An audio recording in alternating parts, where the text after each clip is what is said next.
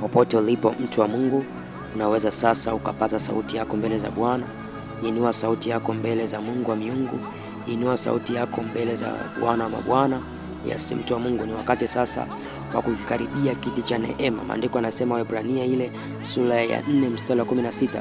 Basi na tukikaribie kiti cha neema kwa ujasiri, ili tupewe rehema na kupata neema ya kutusaidia wakati wa mahitaji. Mtu wa Mungu, ni wakati sasa wa kwenda mbele za Bwana. Ni wakati sasa wa kwenda patakatifu pa Bwana. Ni wakati sasa wa kukimbilia barazani pa Bwana. Ni wakati sasa wa kwenda nywani mwake, ili uweze kupata rehema na neema kukusaidia katikati ya maisha yako. Mtu wa Mungu, mimina moyo wako mbele za Bwana. Maombolezo sura ya 2 mstari wa 19. Maandiko yanasema ya kwamba inuka ulalamike usiku, mwanzo wa makesha yake. Mimina moyo wako kama maji usoni pa Bwana, umuinulie mikono yako. Mtu wa Mungu, mimina moyo wako mbele za Bwana sasa. Kabla tujaenda kuanza ibada yetu hii ya maombi, natamani umimine moyo wako mbele za Bwana. Umimine moyo wako mbele za Bwana. Umuinulie Bwana mikono yako, mtu wa Mungu, katika jina la Yesu Kristo. Pray.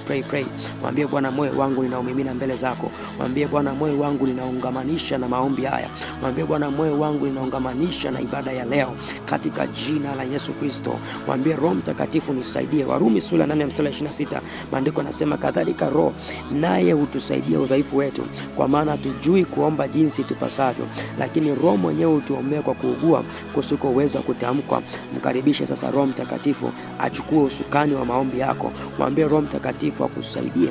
Mwambie Roho Mtakatifu akupe neema ya kuomba. Mwambie Roho Mtakatifu akupe bidii ya kuomba. Mwambie Roho Mtakatifu akupe namna ya kuomba katika jina la Yesu Kristo. Utakaposikia lugha inakuja, utakaposikia unasukuma kunena kwa lugha nyingine, usijizuie mtu wa Mungu. Unaweza ukafunguka ukaanza kunena kwa lugha mpya, maana Roho Mtakatifu atakusaidia. Maana Roho Mtakatifu anakusaidia katika jina la Yesu Kristo. Ndio, pray. Radia kataya la bandos, reko sinda la batele, janda raba kudelia, zatu zavania katele, radabadosha tele, riko sanda bakosa, rapalada bakolia, zikataya na mandelia, zeko siva kataya, reko sanya na mante, jeko sala la bakolia, zikanda ya dabadesa. Roho Bwana tunakuhitaji. Roho Mtakatifu tunakuhitaji katika maombi yetu ya leo. Omba mtu wa Mungu, mwambie Roho Mtakatifu ninakuhitaji. Mwambie Roho Mtakatifu saidia kuomba kwangu. Mwambie Roho Mtakatifu saidia kuomba kwangu katika jina la Yesu Kristo. In the mighty name of Jesus. Tunakupokea Roho Mtakatifu katika maombi haya. Utusaidie kuomba mapenzi ya Baba katika jina na katika damu ya Yesu Kristo wa Nazareti. Amen. Oh, haleluya mtu wa Mungu. Haleluya maombaji. Ninakusalimu tena katika jina la Kristo Yesu wa Nazareti. Nikukaribishe sana katika mfululizo wa maombi yetu kwa siku yetu ya pili. Tunamshukuru Mungu alikuwa pamoja nasi kwa sehemu ya kwanza ya somo hili ambalo linakwenda na jina la season shift ama mgeuko wa kimajira. Tunamshukuru Mungu kwa ajili ya sehemu ya kwanza, na leo Mungu ametupa hatua zaidi. Tunaendelea katika sehemu ya pili, na leo tutapata muda mrefu sana wa kuomba. Kwa hivyo nitakupitisha kwenye maandiko matakatifu kwa ufupi sana kadri Roho Mungu atakavyoniongoza. Then baada ya hapo tutapata muda mrefu wa kuomba. Kuna mambo ya muhimu sana natamani tuyaombee siku ya leo. Kuna agenda ya muhimu sana ambayo natamani tukalitie jina la Bwana. Ni agenda ambayo itatupa uwezo wa kuyavuka majira yetu. Itatupa nafasi ya kuyavuka majira yetu. Kwa hiyo Roho Mtakatifu atusaidie, na natamani unisikilize kwa makini sana, kwa maana Roho Mungu kuna kitu kizuri amekuandalia katika ibada ya leo. Maana Roho Mungu amekuandalia mpenyo usio wa kawaida katika maombi ya leo. Hivi hakikisha kabisa kwamba tunaenda pamoja, nisikuache nyuma. Hakikisha kwamba tunaenda pamoja. Kama una Biblia yako pia shika Biblia yako ili tuweze kwenda pamoja tunapokuwa tunapita kwenye maandiko matakatifu ya Mungu.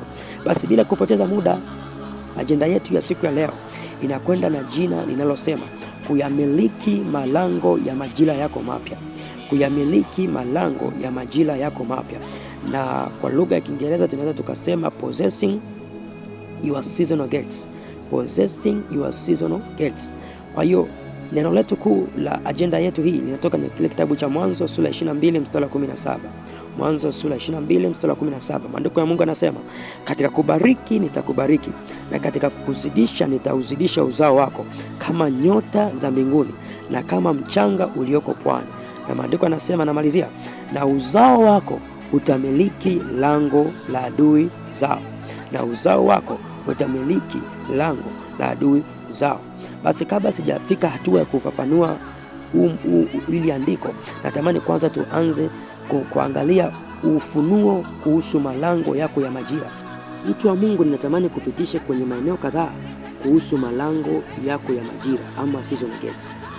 Jambo la kwanza ambalo ninatamani ufahamu, mtu wa Mungu, ni kwamba lango la majira ndiyo njia pekee ambayo Mungu huitumia kukuhamisha ama kukuingiza kwenye majira yako mapya. Hauwezi kuyaona majira yako mapya pasipo kuvuka na kupitia kwenye hili lango liitwalo lango la majira ama season gates. Kwa hiyo maisha yako yote, chochote kile ambacho unakifanya kwenye maisha yako, aidha ni biashara, aidha ni uchumi, aidha ni masomo, kazi, huduma, ndoa, familia, afya yako, ili viweze kuyaingia majira mapya, ni lazima kwanza vipitishwe kwenye hili lango ambalo linaitwa season gates, kwenye hili lango ambalo linaitwa lango la majira. Kwa hiyo hakuna mtu ambaye anaweza kwenda majira mengine kwenye maisha yake pasipo kupita kwenye hili lango linaloitwa lango la majira. Kwa hiyo kwa kutambua hilo, adui huwa anachezaga sana na hili eneo, kwa sababu anajua akishika malango ya majira ya watu amefanikiwa kuzuia kuhama kwao kwa majira, amefanikiwa kuzuia kupanda kwao viwango kwenye maisha yao. Ndio maana watu wengi hawafahamu hii siri, lakini ni siri ambayo natamani ufahamu, mtu wa Mungu, ya kwamba adui huwa na kawaida ya kuchezea malango ya majira ya watu, huwa na kawaida ya kuyamiliki malango ya majira ya watu. Kwa unaweza kujikuta kuna ahadi fulani Mungu amesema kwenye maisha yako, kuna viwango vipi Mungu amekukadiria, amekutabiria kwamba uingie, lakini kwa sababu adui ameyashikilia malango ya majira yako, utajikuta kuna upinzani fulani unakutana nao, utajikuta kuna ugumu fulani unakutana nao. Unashangaa Mungu amesema maneno mengi, Mungu ameahidi baraka nyingi kwenye maisha yako, lakini hauoni zikitimia. Kwa nini? Kwa sababu kuna kitu ambacho adui huwa anakifanya kwenye malango ya majira. Ni kweli Mungu anaweza kama kufungulia mlango, lakini adui huwa na kawaida ya kuleta upinzani. Labda tufungue kitabu kile cha Wakorintho wa kwanza sura ya 16 mstari wa 9. Wakorintho wa kwanza sura ya 16 mstari wa 9. Maneno ya Mungu anasema, kwa maana nimefunguliwa mlango mkubwa wa kufaa sana, na wako wengi wanipingao. Hali maneno ya mtumishi wa Mungu Paulo. Anasema kwamba amefunguliwa mlango wa kufaa sana, lakini wako wengi wanaompinga.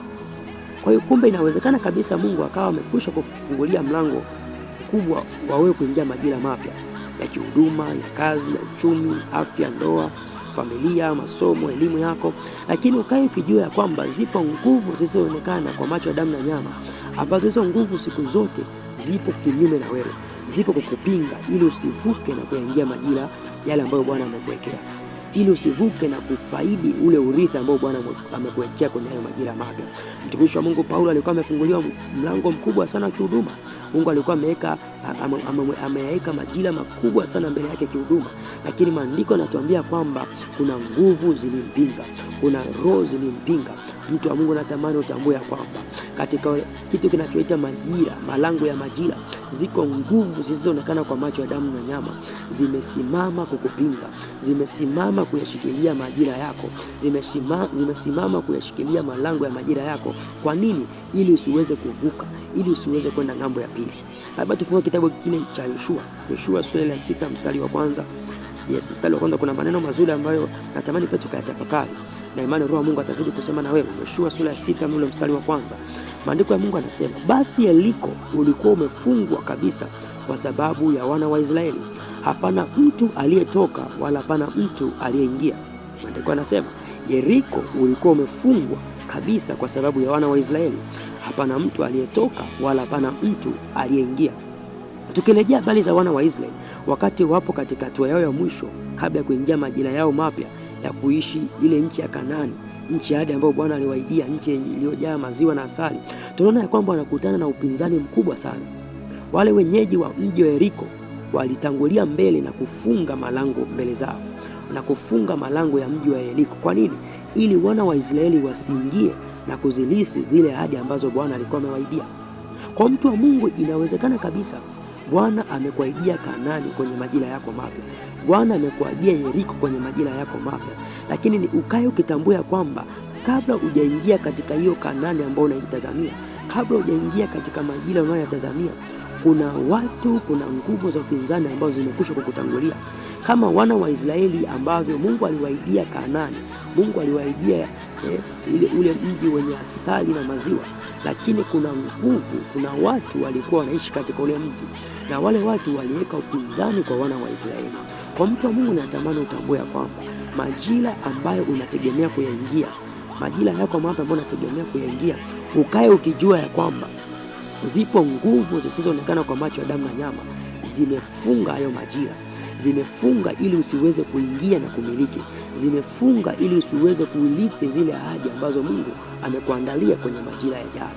Lakini habari njema ni kwamba haijalishi nguvu walizoziweka, haijalishi upinzani ulioinuka kinyume na wewe, haijalishi upinzani uliowekwa kinyume na wewe ili usivuke kwenda ng'ambo ya pili, habari njema ni kwamba Bwana kupitia maombi ya siku ya leo anakwenda kuachilia mpenyo kwenye maisha yako, anakwenda kufungua hiyo milango kwa jina la Yesu, anakwenda kufungua hiyo mpenyo kwa jina la Yesu. Hakuna nguvu ambayo itakuzuia, hakuna nguvu ambayo itasimama mbele zako, katika jina na katika damu ya Yesu Kristo wa Nazareti. Oh, thank you Jesus. Kwa mtu wa Mungu, kuna kitu ambacho Mungu anakwenda kufanya siku ya leo. Kuna hatua ambayo Mungu anakwenda kufanya siku ya leo. Kuna umiliki ambao Mungu anakwenda kukupa siku ya leo kwenye eneo la malango ya majira yako. Lakini natamani tuendelee mbele zaidi, tukaangalie ufunuo kuhusu utendaji kazi wa malango ya majira, ama hizo season gates. Ufunuo kuhusu utendaji kazi wa malango ya majira. Jambo la kwanza, mtu wa Mungu, natamani utambue ni kwamba malango yako ya majira yana uwezo wa kumilikiwa.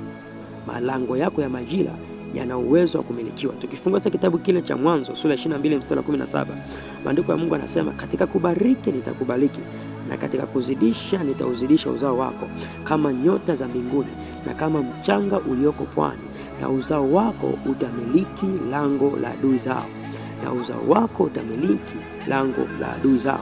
Kupitia andiko hilo tunapata kuona ya kwamba kumbe lango lolote lile kuna nguvu ambayo inaimiliki. Yawezekana ikawa ni ufalme wa nuru ama ukawa ufalme wa giza.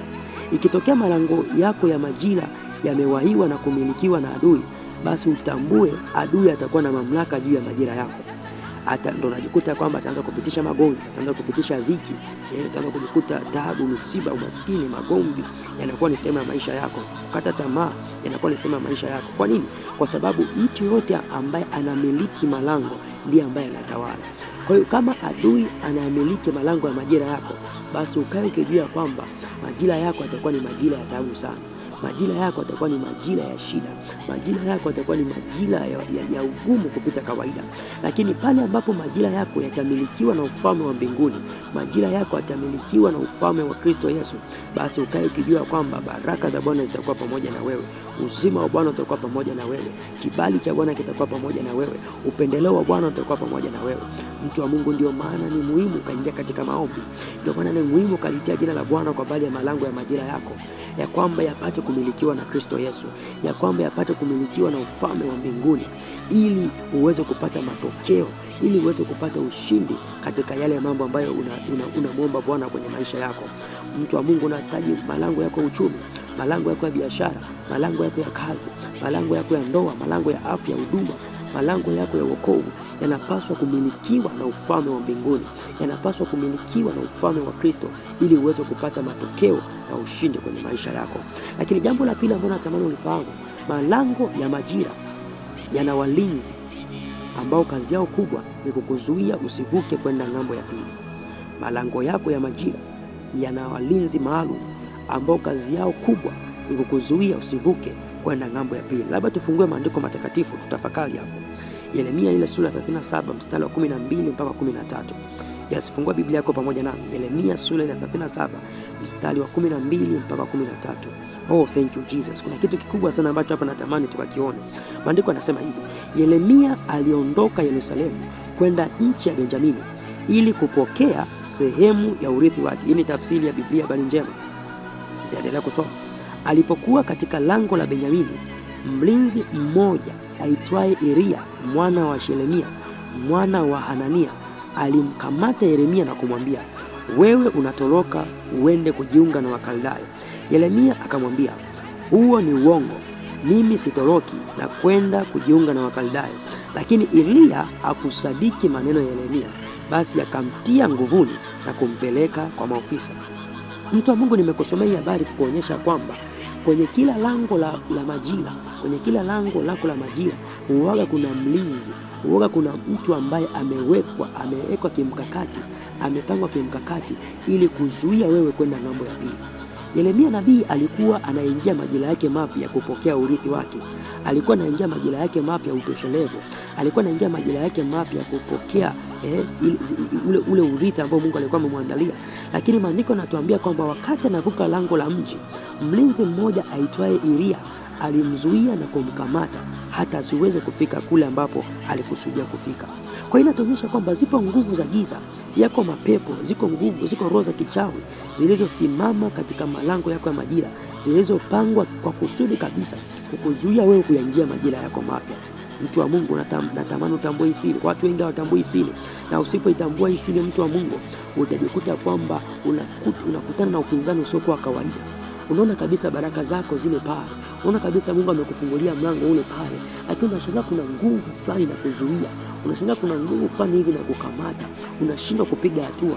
Hiyo ni dalili ya kwamba kuna nguvu isiyoonekana kwa macho ya damu na nyama inakuzuia wewe kuingia majira yako. Lakini mtu wa Mungu, nina habari njema kwenye maisha yako. Haijalishi nguvu zilizosimama kukuzuia, haijalishi walinzi waliosimama kukuzuia, haijalishi roho za giza zilizosimama kukuzuia, habari njema ni kwamba Bwana anakwenda kukuvusha katika jina la Yesu. Bwana anakwenda kukupeleka majira mengine. Bwana anakwenda kukuvusha kwenda majira mengine, na kupitia maombi ya leo kuna kitu kipya kitakwenda kuzaliwa kwenye maisha yako. Oh my God, kuna hatua mpya ambayo Mungu anakwenda kukupatia. Hakuna nguvu ya adui, hakuna roho ya Elia itakayokusimamisha njiani, katika jina na katika damu ya Yesu Kristo wa Nazareth. Oh, thank you Jesus. Natamani tumalize jambo la tatu kabla tujaendelea mbele. Maandiko yanasema kabla tusoma maandiko, jambo la tatu linasema kwamba malango yana uwezo wa kusemeshwa. Malango yako ya majira yana uwezo wa kusemeshwa, sikio la kusikia, kinywa cha kunena na kuhoji. Tufungue kitabu kile cha Zaburi sura 24 mstari wa 7. Maandiko ya Mungu yanasema hivi: inueni vichwa vyenu enyi malango, inukeni enyi malango ya milele, mfalme wa utukufu apate kuingia. Ni nani mfalme wa utukufu? Bwana mwenye nguvu hodari, Bwana hodari wa vita. Kwa mtu wa Mungu, nimekusomea ile andiko kuonyesha kwamba malango ni kiumbe kabisa. Malango ni kiumbe ambacho kina uwezo wa kusikia kinaposemeshwa, pia kina uwezo wa kuuliza na kuhoji. Ndio maana huyu mtu wa Mungu wakati anasema na malango kwenye hiyo Zaburi 24 mstari wa 7, tunaona kwamba malango yakauliza swali ya kwamba ni nani huyo mfalme wa utukufu. Kwa hiyo mtu wa Mungu unapaswa kutambua kwamba malango ni kiumbe kabisa cha kiroho ambacho kina uwezo wa kusikia, kina uwezo wa kusemeshwa, kina uwezo wa kunena. Na hii nimekwambia hivi ili ujue ya kwamba utakapokwenda kuipaza sauti yako siku ya leo katika maombi, kutamka maneno fulani kwa bali ya malango ya majira yako, ukae ukijua kwamba malango ya majira yako yanasikia. Malango ya majira yako yatafanya yale ambayo unayaamrisha, yatatii yale ambayo unayasemesha. Kwa mtu wa Mungu, kuna vitu ambavyo natamani tunapoingia katika maombi ukayasemeshe malango yako ya majira katika namna sio ya kawaida, ukayaamrishe. Kwa maana unapoyaamrisha kuna vitu ambavyo vinaenda kuzaliwa, kuna vitu ambavyo vinaenda kutokea kwenye maisha yako. Na kabla tujaanza kuomba, natamani tukaangalia eneo la mwisho, nikakutazamisha kwa bali ya mamlaka ulio nayo dhidi ya malango yako ya majira. Mtu wa Mungu, kuna mamlaka yako ndani yako. Kuna mamlaka ambayo yanakupa wewe uthubutu, yanakupa wewe ujasiri wa kwenda kusema na malango ya majira yako. Na jambo la kwanza ambalo natamani nikutazamisha ni kwamba Yesu amekufungulia malango ambayo adui zako hawawezi kufunga. Hichi ni kitu cha kwanza kabisa ambacho natamani ukitambue, ya kwamba Yesu amekufungulia malango ambayo adui zako hawawezi kufunga. Ukifungua kitabu kile cha Ufunuo wa Yohana sura 3 mstari wa 8, maandiko yanasema hivi: na yajua matendo yako, tazama nimekupa mlango uliofunguliwa mbele yako, ambao hapana awezaye kuufunga, ambao hapana awezaye kuufunga. Mtu wa Mungu, natamani utambue kwamba Yesu amekusudia kukuingiza kwenye majira mapya. Yesu amefungua mlango mpya wa afya yako. Yesu amefungua mlango mpya wa masomo yako. Yesu amekufungulia mlango mpya wa kazi, mlango mpya wa ndoa, familia na huduma yako kwenye haya majira mapya tunayoyaendea.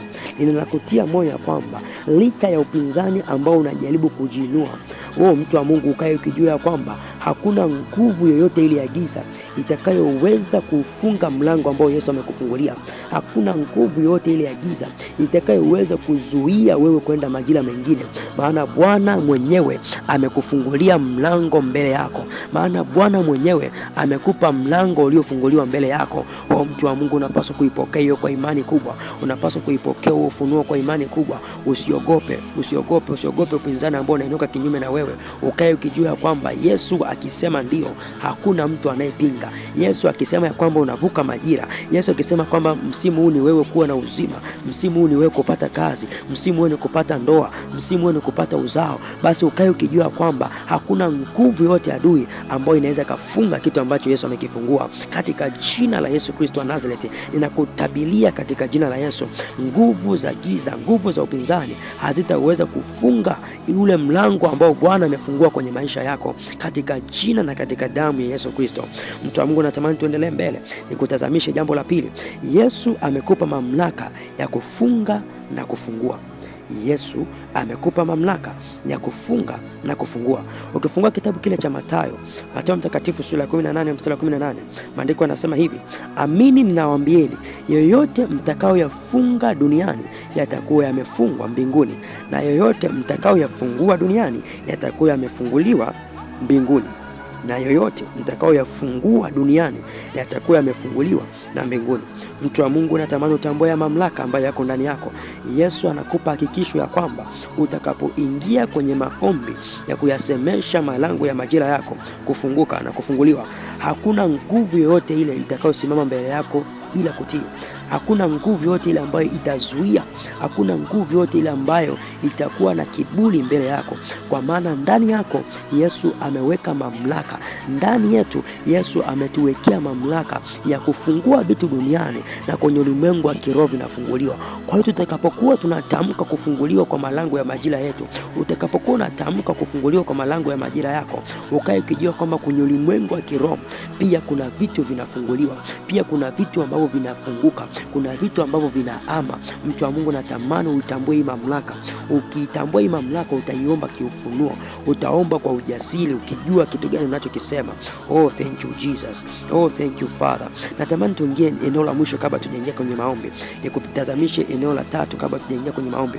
Yesu amekupa hakikisho la ushindi dhidi ya malango ya adui. Haleluya. Haleluya, mtu wa Mungu.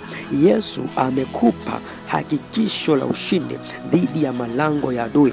Mathayo 16 mstari wa 18, nami nakuambia wewe ndiwe Petro, na juu ya mwamba huu nitalijenga kanisa langu, wala milango ya kuzimu haitalishinda.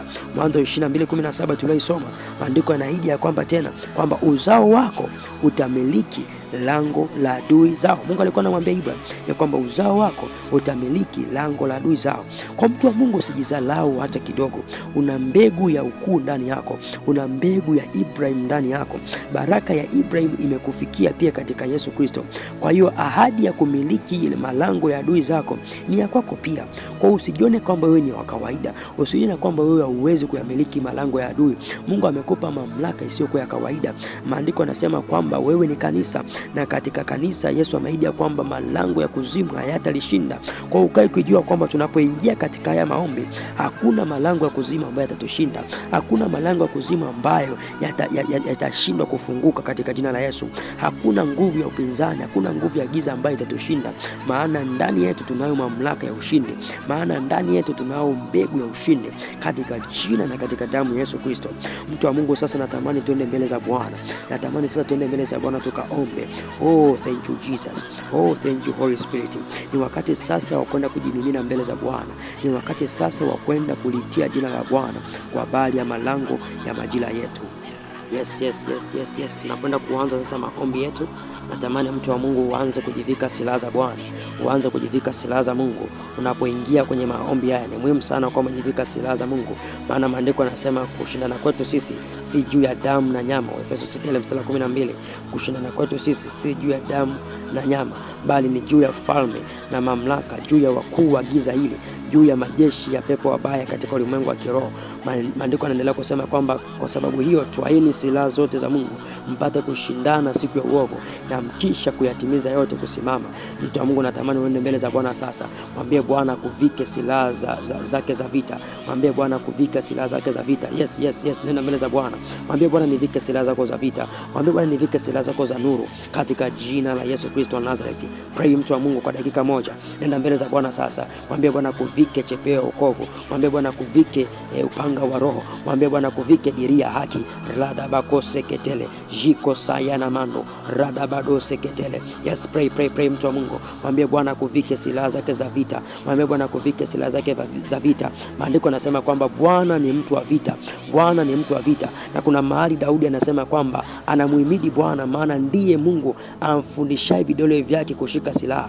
Ndiye Mungu afundishaye mikono yake kupigana vita. Nenda mbele za Bwana sasa. Mwambie Bwana kufundishe. Mwambie Bwana kuongoze. Mwambie Roho Mtakatifu akusaidie unapoingia katika haya maombi ya vita. Tunapoingia katika haya maombi ya vita, kuyamiliki malango ya adui zetu, kuyamiliki malango ya majira yetu. Mwambie Bwana akusaidie. Mwambie Bwana afundishe vidole vyako kupigana. Mwambie Bwana afundishe vidole vyako kushika silaha katika jina la Yesu Kristo. Nenda mbele za Bwana mtu wa Mungu. Jivike silaha za Bwana sasa. Jivike silaha za Bwana sasa katika jina na katika damu ya Yesu Kristo.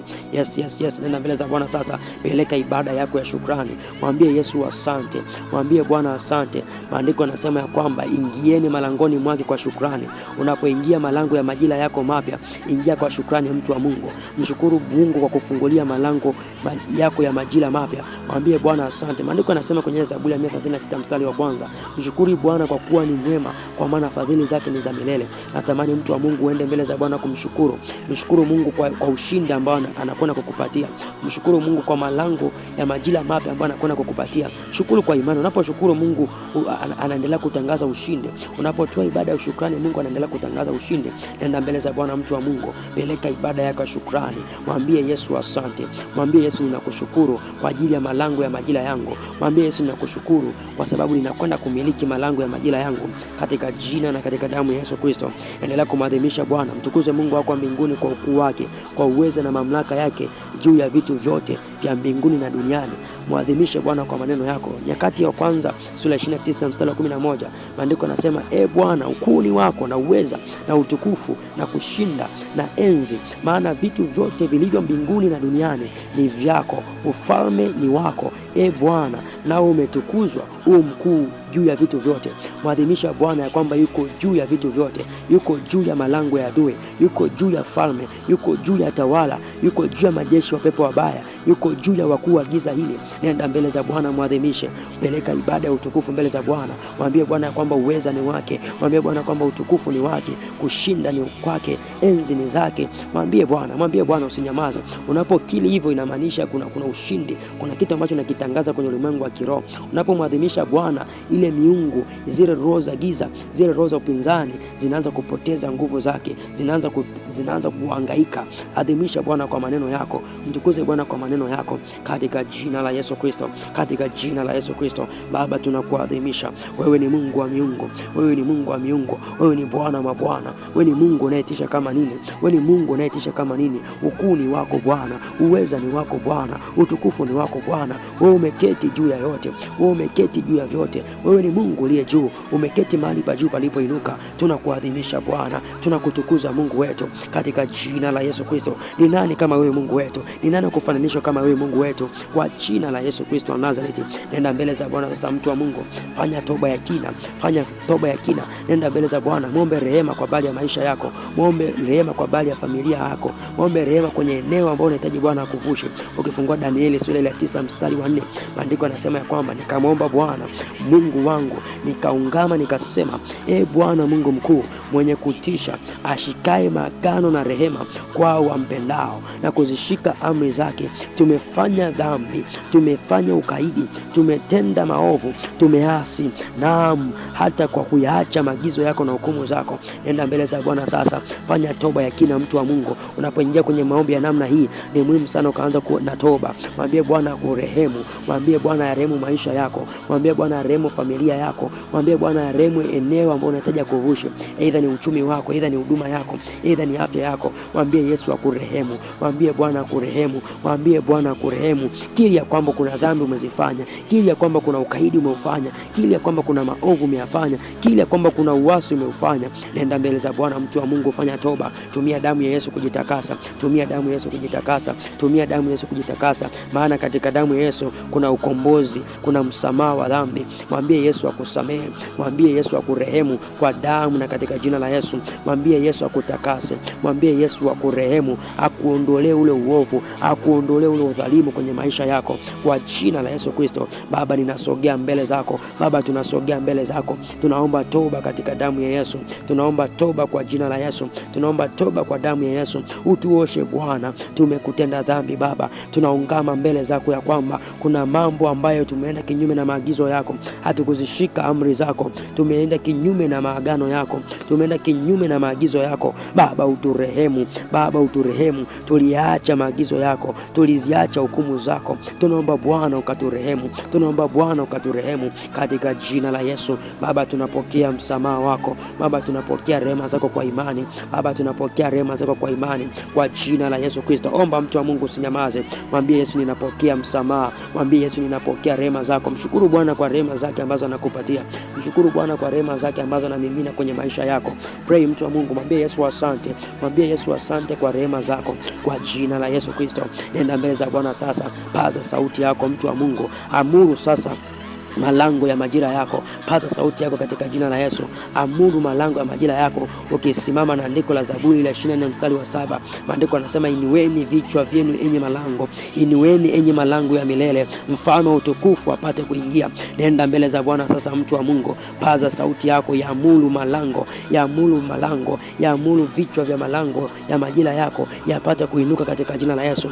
Proclaim in the name of Jesus. Tabiri, mtu wa Mungu, ya amuru hayo malango yanasi sikia. Tamka, tamka, tamka, tamka. Yasemeshe kwa sauti yako. Paza sauti yako, mtu wa Mungu. Loud and faster, loud and faster. Paza sauti yako, yasemesha hayo malango. Radabakosi katalalaba rondelebo sayanda badosa likaradaba seketele randabakosa kataya. Tunayamulu malango ya majira yetu yakainue vichwa vyake sasa, yakainue vichwa vyake sasa. Enyi malango, sikieni neno la Bwana. Enyi malango ya majira, sikieni neno la Bwana. Inueni vichwa vyenu sasa, inueni vichwa vyenu sasa. Radabadosha nalalabasi riko sika yana mando rodobo saka yana bale riko sayana mando riko sika yana mande.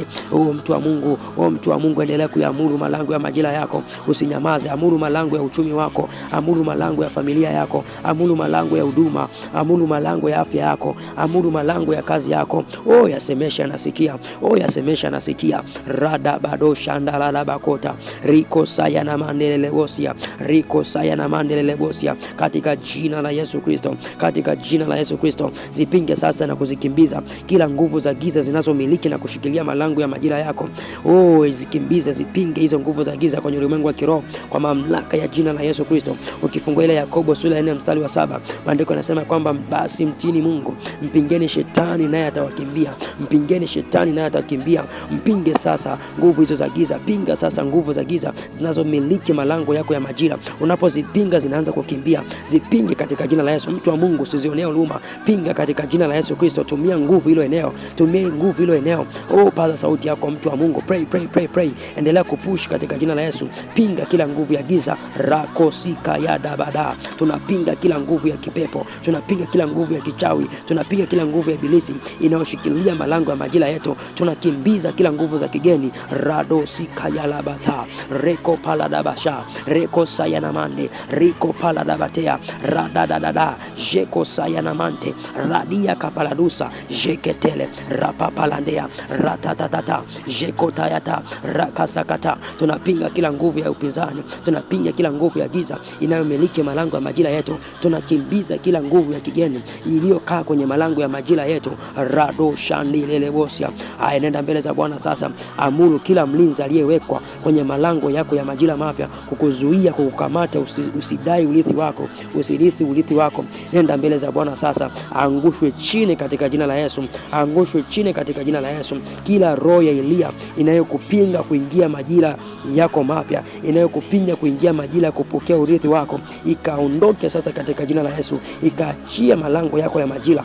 Roho ya Elia iliyosimama kwenye malango ya majira yako kukuzuia, kukupinga kwenda msimu mpya, ikakuachie katika jina la Yesu Kristo. Ikaachie uchumi wako, ikaachie huduma yako, ikaachie ndoa yako, ikaachie familia yenu kwa jina la Yesu Kristo wa Nazareti. Ikaachie kazi yako, ikaachie biashara yako, ikaachie wokovu wako kwa jina la Yesu Kristo wa Nazareti. Roho ya upinzani iliyosimama kwenye malango kuzuia hatima yako, kuzuia ukuu wako, kuzuia majira yako mapya, leo hii inaangushwa katika jina la Yesu. Radadadada sheko tayanama ziko radabasete riko pale andadea zania kaparusa jeko pala kata jekata yanamanda zikotila badia rato falande ketele zaparada barosh riko sayanamande rapala dabakosia. Nenda mbele za Bwana sasa, muombe Bwana mtu wa vita kutangulia mbele yako, muombe Bwana mtu wa vita kutangulia mbele yako sasa,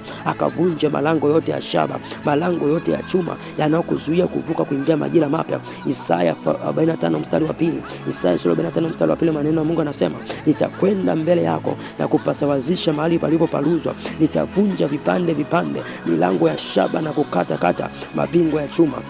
Nenda mbele za Bwana mtu wa Mungu, mwambie Bwana mtu wa vita atangulie mbele yako, akavunje kila milango ya shaba iliyoko mbele yako, akavunje kila milango ya chuma iliyozuia mbele yako kwa jina la Yesu Kristo wa Nazareti. Bwana akavunje sasa utisho wake wa kutangulia mbele yako, ukavunja hayo malango ya chuma, ukavunja hayo malango ya shaba yaliyowekwa mbele yako kukuzuia kuingia majira mapya kwa jina la Yesu Kristo. Tunavunja katika jina la Yesu, tunavunja katika jina la Yesu kila malango ya chuma, kila malango ya shaba yaliyosimama mbele yako.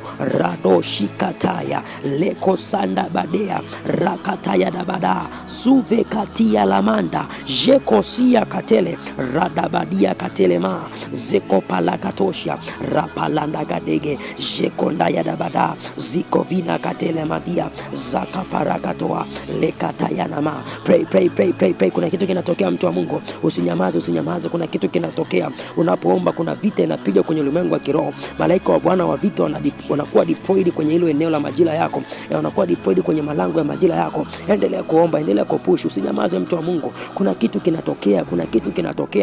Pray. Bwana anaenda anavunja hayo malango sasa, anavunja hayo malango ya chuma katika jina la Yesu. Rado sikayana mande ziko vala kataya. Bomoa sasa kila madhabahu ya giza inayoshikilia malango ya majira yako. Bomoa sasa kila madhabahu ya kipepo, kila utawala wa giza unaoshikilia malango ya majira yako, na uanze kusimamisha sasa madhabahu ya mwana kondoo, madhabahu ya Kristo Yesu. Unganisha majira yako pamoja na madhabahu ya Kristo Yesu. Unganisha majira yako mapya pamoja na madhabahu ya mwana kondoo. Pray mtu wa Mungu, vunja kila madhabahu ya kipepo, vunja kila madhabahu ya giza katika jina la Yesu, na uanze kujenga madhabahu ya Kristo Yesu. La katuva la katele jeko sinda radabakoria zeko landa batelia, kama Gideon alivyovunja yale bahari, alivyovunja yale maasheli.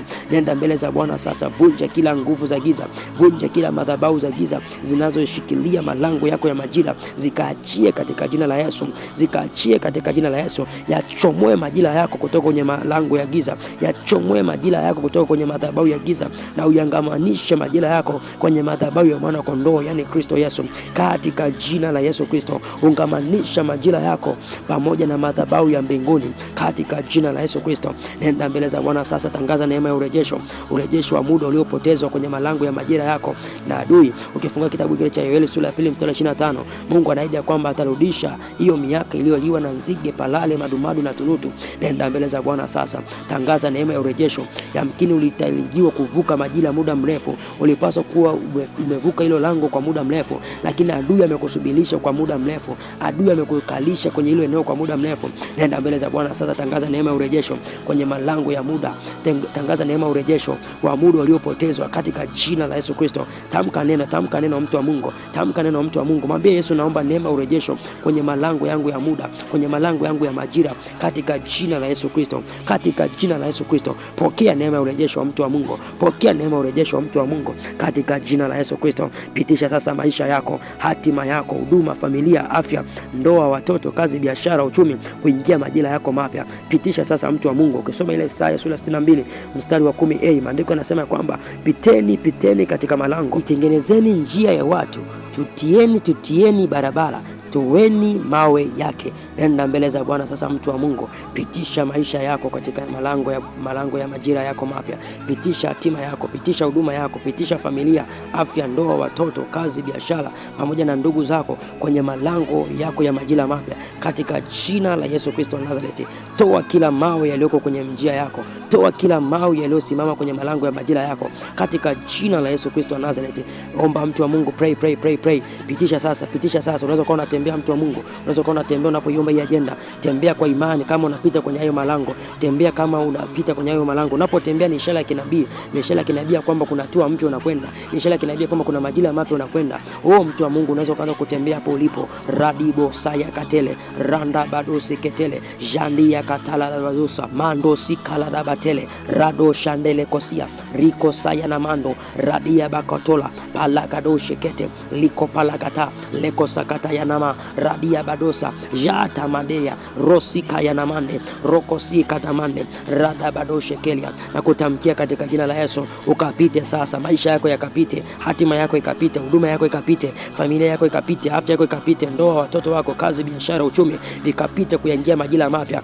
Piteni katika malango ya majira mapya. Piteni katika malango ya majira mapya. Nasema tena piteni katika malango ya majira mapya. Pray mtu wa Mungu, omba. Pitisha hivyo vitu. Pitisha hivyo vitu. Usiache kitu nyuma mtu wa Mungu. Usiache kitu nyuma. Usiache hatima yako, usiache huduma yako, usiache afya yako, usiache uchumi wako nyuma. Pita navyo kuingia majira mapya. Rado shika la dabasele, randa dabakosa kataya, liko sanda la bakoria katika jina la Yesu Kristo, katika jina la Yesu Kristo. Nenda mbele za Bwana sasa. Yamiliki malango ya majira yako sasa kwa imani. Yamiliki malango ya majira yako sasa kwa imani. Amini ya kwamba Bwana amekupa majira yako mapya mikononi mwako. Jitamkie na uamini moyoni mwako ya kwamba malango ya majira mapya yapo mikononi mwako. Kifua kitabu cha Yoshua sura ya 6 mstari wa 2, maandiko ya Mungu anasema ya kwamba Bwana akamwambia Yoshua, tazama nimeutia Yeriko katika mkono wako na mfalme wake na mashujaa wake. Nenda mbele za Bwana sasa. Amini katika moyo wako ya kwamba Bwana amekupa majira yako mapya mikononi mwako. Bwana ameutia majira mapya mikononi mwako. Bwana ametia mwaka mpya mikononi mwako katika jina la Yesu Kristo. Prophesy katika imani. Amini ndani ya moyo wako ya kwamba Bwana amekupa majira mapya. Bwana ameweka majira mapya kwenye mikono yako. Bwana ameweka majira mapya kwenye viganja vya mikono yako. Pray mtu wa Mungu, prophesy. Amini katika moyo wako, jitamkie, usinyamaze. Jitamkie na uamini katika moyo wako ya kwamba Bwana amekupa mwaka mpya. Bwana amekupa Yeriko yako katika jina na katika damu ya Yesu Kristo. Nenda mbele za Bwana mtu wa Mungu. Mshukuru sasa Bwana kwa ushindi aliyokupa wa kuyamiliki malango ya majira yako mapya. Mshukuru Bwana kwa ushindi aliyokupa wa kuyamiliki malango ya majira yako mapya. Warumi sura ya 4:37 maneno ya Mungu anasema, lakini katika mambo hayo yote tunashinda na zaidi ya kushinda katika yeye aliyetupenda. Nenda mbele za Bwana sasa, mshukuru Bwana, mtukuze Bwana kwa ushindi aliyokupa. Mtukuze Bwana kwa ushindi aliyokupa wa kuyamiliki malango ya majira yako. Mtukuze Bwana kwa ushindi aliyokupa wa kuyamiliki malango ya majira yako katika jina la Yesu Kristo. Maadhimishe Bwana mtu wa Mungu. Nenda mbele za Bwana pia kataa na kwenda kinyume na kila nguvu ya upinzani, kila nguvu ya malipizi, kila nguvu ya visasi inayojaribu kuinuka kinyume na wewe, kila nguvu ya visasi, kila nguvu ya malipizi ambayo itajaribu kukufuatilia katika jina na katika damu ya Yesu Kristo. Ukifungua Isaya sura 54 mstari 17, Isaya 54 mstari 17, maneno ya Mungu anasema ya kwamba kila silaha itakayofanyika juu yako haitafanikiwa, na kila ulimi utakaoinuka juu yako katika kuhukumu utahukumiwa kwa mkosa. Huu ndio urithi wa watumishi wa Bwana na haki yao inayotoka kwangu mimi, asema Bwana. Ninakutamkia katika jina la Yesu Kristo, hakuna nguvu ya malipizi, hakuna nguvu ya visasi, hakuna nguvu kutoka malango ya kuzimu itakayoinuka kinyume na wewe na kufanikiwa katika jina na katika damu ya Yesu Kristo. Maana wewe ni mtumishi wa Bwana, maana huo ni urithi wako, ya kwamba hakuna silaha itakayoinuka kinyume na wewe na kufanikiwa, hakuna ulimi utakayoinuka kinyume na wewe na ukashinda katika jina na katika damu ya Yesu Kristo. Pokea neema ya Bwana ya ulinzi, pokea damu ya Yesu ya ulinzi, ikawe vazi kwenye maisha yako, ikawe vazi kwenye uchumi wako, ikawe vazi kwenye masomo na familia yako, ikawe vazi kwenye afya na huduma yako, ikawe vazi kwenye kila eneo la maisha yako katika jina na katika damu ya Yesu Kristo wa Nazareti. Pokea neema katika jina la Yesu Kristo. In the mighty name of Jesus, we glorify your name, oh God. Tunalibariki jina lako Bwana. We bless your name, oh Jesus. Mtu wa Mungu, ninakuombea katika jina la Yesu. Ninaamini kabisa kwamba Bwana amekupa hatua. Ninaamini kabisa kwamba Bwana amekupa hatua. Ninaamini kabisa Bwana amekupa ushindi. Unaweza kaanza kumshangilia Bwana sasa. Ndio, popote ulipo, chapa makofi mengi kwa huyu Yesu. Mwadhimishe Bwana. Unaweza kuona luka hapo ulipo. Unaweza kushangilia, ukapaza sauti, ukaunguruma kwa namna sio ya kawaida, kuonyesha tu ya kwamba umeshinda. Mwadhimishe Bwana. Mwadhimishe Bwana, amekutendea mambo makubwa kama nini. Mtukuze Bwana maana amekupa mji. Mtukuze Bwana maana amekupa majira yako mapya katika jina na katika damu ya Yesu Kristo wa Nazareti. Oh, haleluya. Haleluya, mtu wa Mungu, katika jina la Yesu. Amen.